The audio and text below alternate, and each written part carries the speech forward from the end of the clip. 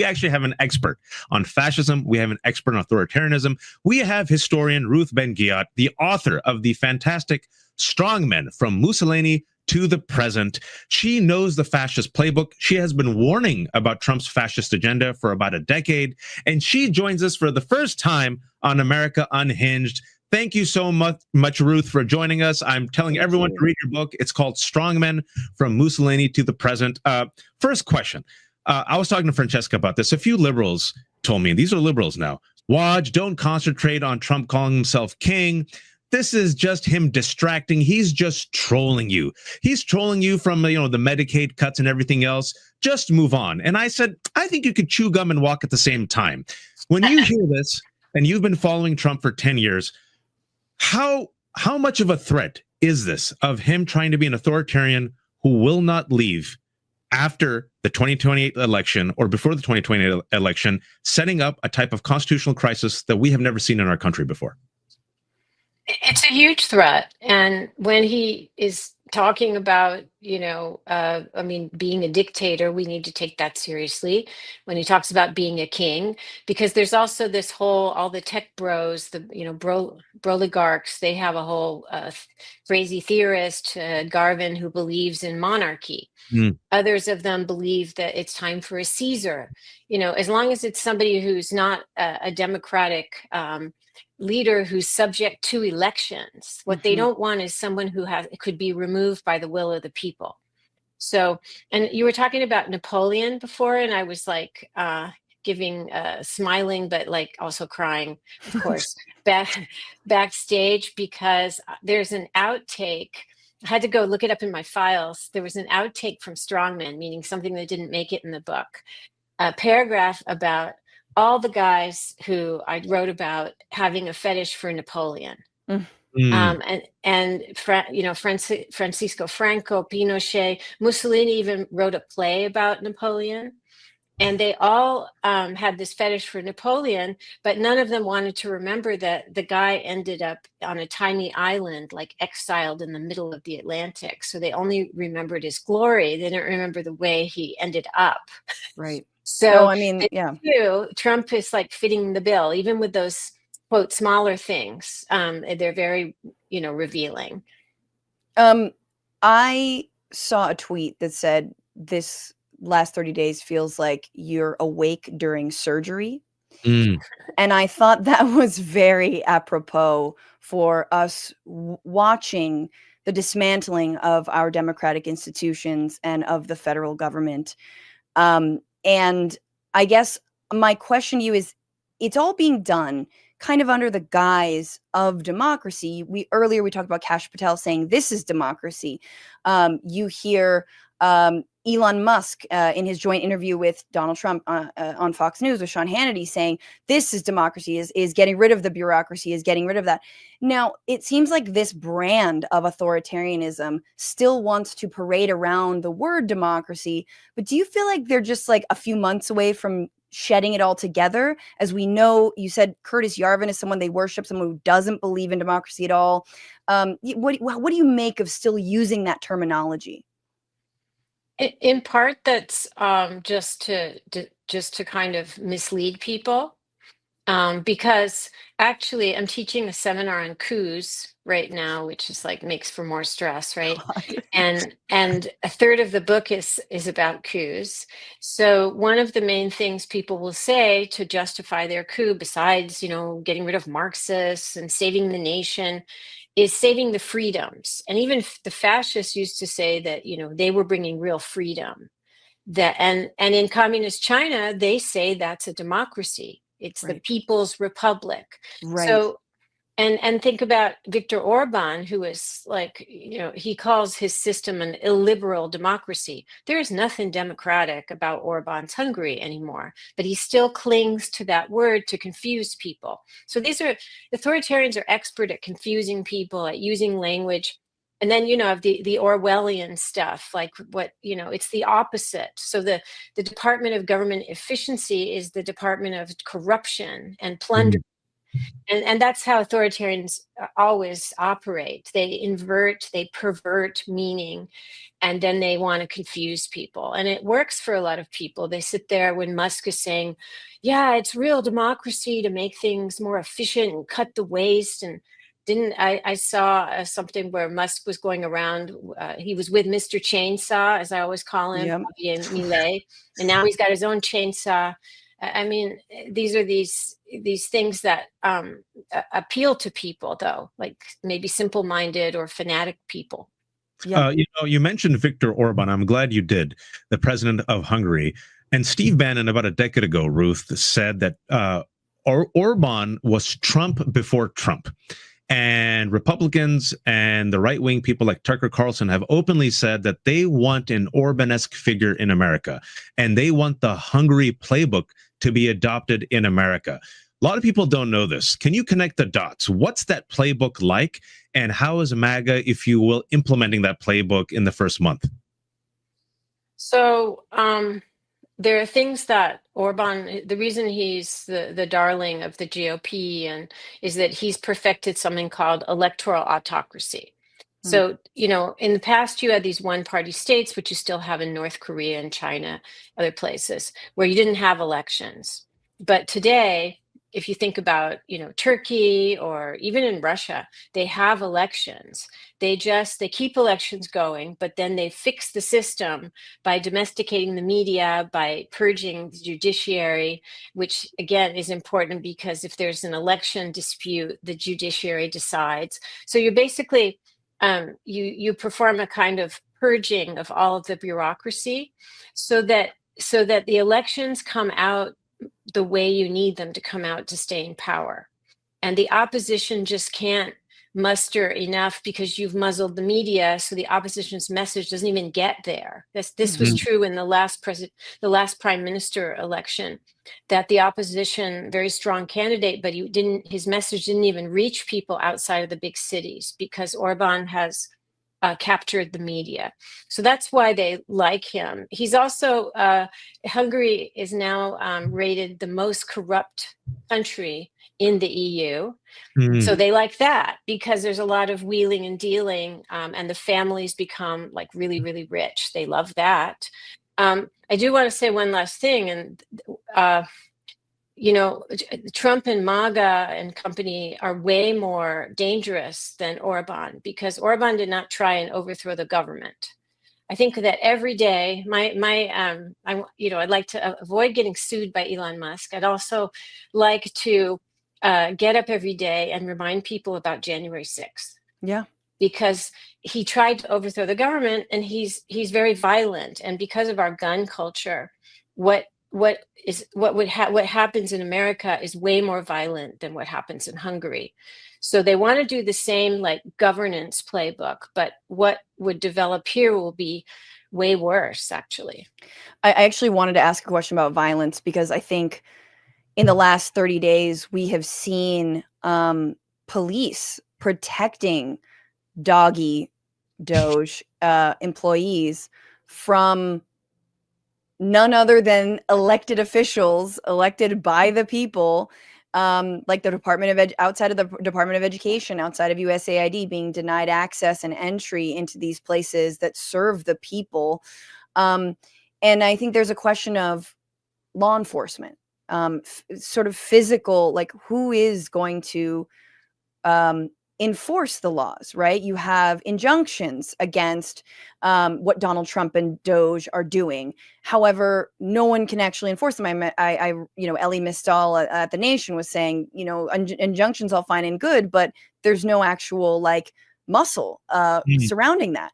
And I'm not calling to I would love a Doge employee to be shoved, but I'm just saying like, it is really interesting as you've studied authoritarians and how they sort of weaponize obviously the National Guard or have let's say their brown shirts or whatnot. Like, isn't also that a place of resistance that, military can resist orders, police can resist these orders? Like, it's both violent and possibly very violent for those of us who are resisting said authoritarianism, but maybe the last line of defense. Can you just speak to that?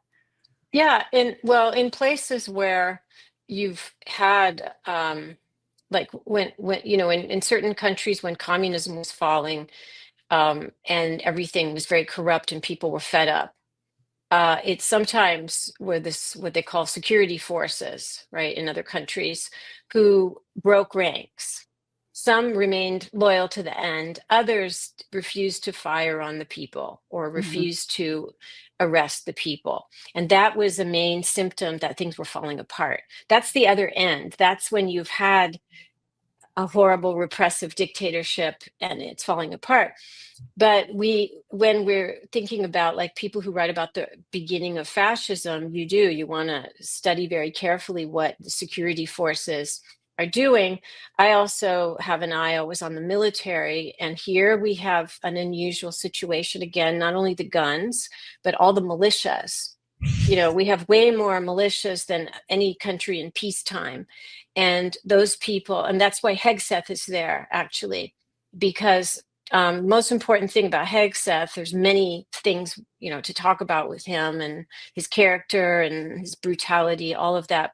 But to me, as a historian of military coups and radicalism, he made a video, and he was dressed like almost like a militia guy, and he was showing his white supremacist tattoos in the video, and he was selling grenade ammunition. When I saw that, I thought, oh, okay, he's going to be a bridge to the militias, to what in other countries we would call like a de facto paramilitary wing of the GOP. Because who buys grenade ammunition? Well, it's not the regular, you know, troops. They have government issue ammo.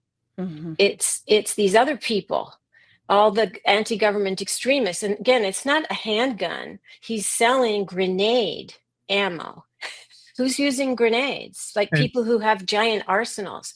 So I think about that too. And we've already seen that militias helpfully said they'd like to assist in the mass deportations. So we got to keep our eye not only on the police and what you said, but also these other armed formations. And I also remind people that Pete Hegseth wrote a book called American Crusade, where he literally tells you that he's too extreme for the American government and military, and he issues his support for these extremists and their ideologies. And that's the man who's the Secretary of Defense. But you're saying keep the eye domestically. Just for this moment, can we talk about also the implications on a global level, with Trump calling Zelensky a dictator, with Trump repeating Putin's talking points, with Trump making alliance with Putin at the expense of the EU. And as you know, Ruth and others might not know, that Europe now is scrambling to not just protect themselves, but now they're saying that, you know what, we can't rely on the United States. In fact, the United States might not be an ally, it might be a threat. Can you talk about us about the long-term dissolution of what I see the goal is of the post-World War II order, which is imperfect, but nonetheless was established to combat fascism and Nazism? Yeah, and this is it's very sad. It's shocking many people. I mean, we just had the Munich Security Conference, and so what came out, a lot of people were saying how shocked Europeans are. I personally don't know why they're so shocked, because Trump and Putin have a long history. Trump's been repeating Kremlin talking points on many subjects. I did an op-ed at the end of January for the New York Times it was about Gabbard, who also repeats Kremlin talking points. But the real point of it was to say that Trump long ago really internalized a worldview about geopolitics that is the same as the Kremlin's. And he sees democracies as the problem. He always blames democracies. And that's very frightening considering the position he's in now. So when he says, for example, he's been saying a long time that it's Biden's fault that his hero Putin had to go in. He used the phrase he had to go in because Biden supported Ukraine's NATO aspirations. So sometimes he blamed Biden, sometimes he blamed NATO. Again, it always has to be. It's never the fault of the aggressor, because that's an authoritarian. It's always the fault of the troublesome, the hostile democracies in the world. So unfortunately, this truly is his worldview. And it's also why he's just as friendly with, he's supposed to be like Mr. Anti-Marxist, but he's just as friendly with Xi Jinping and communists and even North Korea, because he's long wanted America to become a part of this like autocratic axis. And it's terrifying, and it's a huge change, and that's how it's going to be. Can I just ask you, I often try to articulate what the problem with having autocratic axes are. Like, I think some people don't actually understand what it means to just have strong men in power around the world. That let's move beyond what it means for the people, and citizens. But globally, what eventually happens? Like, what's the problem with this? Well, they start wars, or they're in wars. Right. And the thing about right now, which is very interesting, is individually, so a lot of these states are failed states, or they're having big problems. Like Russia is it's a mafia state, it's a kleptocracy, but it's a failing state. And that's why it's such a loser state that it had to have North Korean soldiers come in and fight for it, because its military has been ravaged by corruption.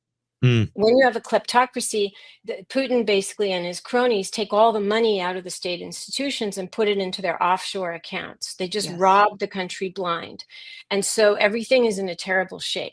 So even in China, there's been an economic downturn.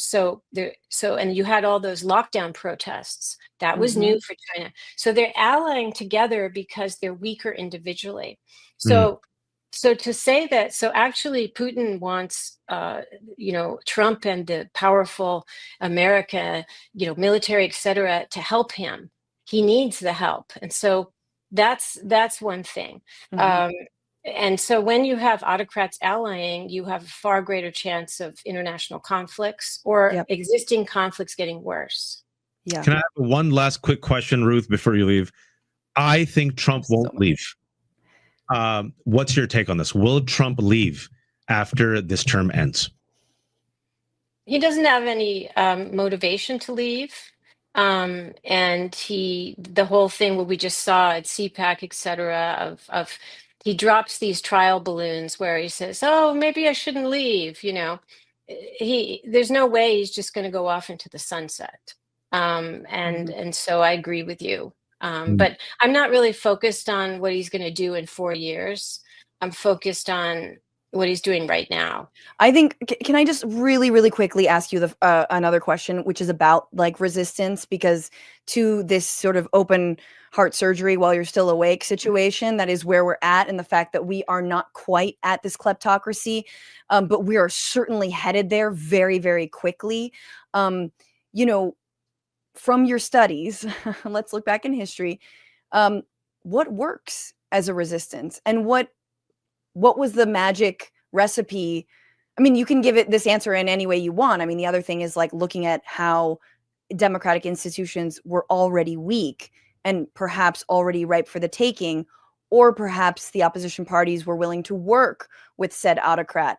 But what have you learned in terms of the best way to actually resist what is happening? Well, I do think that there's going to be a major reckoning. Because, and I wrote a piece I have a Substack called Lucid, and it's all about these subjects we've been talking about, LUCID. And I wrote a piece, said, out of the corruption will come a reckoning, because the stuff they're going to do will affect average Americans. It's already affecting farmers, et cetera. And I do believe that people, and it's going to affect the Republican Party's electoral chances, because they're just totally capitulated to Trump. And so I just want to say that I believe that some kind of reckoning will come, and disaffection with MAGA. The fanatics will never leave, and they're going to do a huge amount of damage, but out of this damage will come some kind of shift of mind. We already see stories of people regretting having voted for, including vets who are going to see all their benefits stripped and their disability stripped. Yeah, Yes. they're screwing everybody over. But what has worked in the past is one of the major things that's worked is mass nonviolent protest. Mm. Yeah.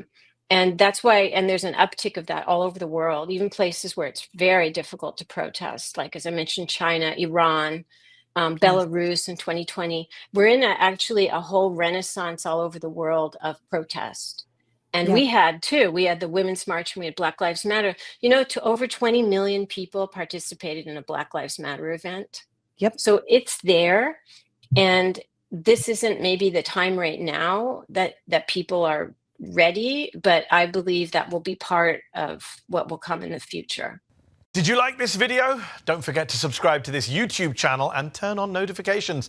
For exclusive content and to support our independent, unfiltered journalism, head over to Zeteo.com.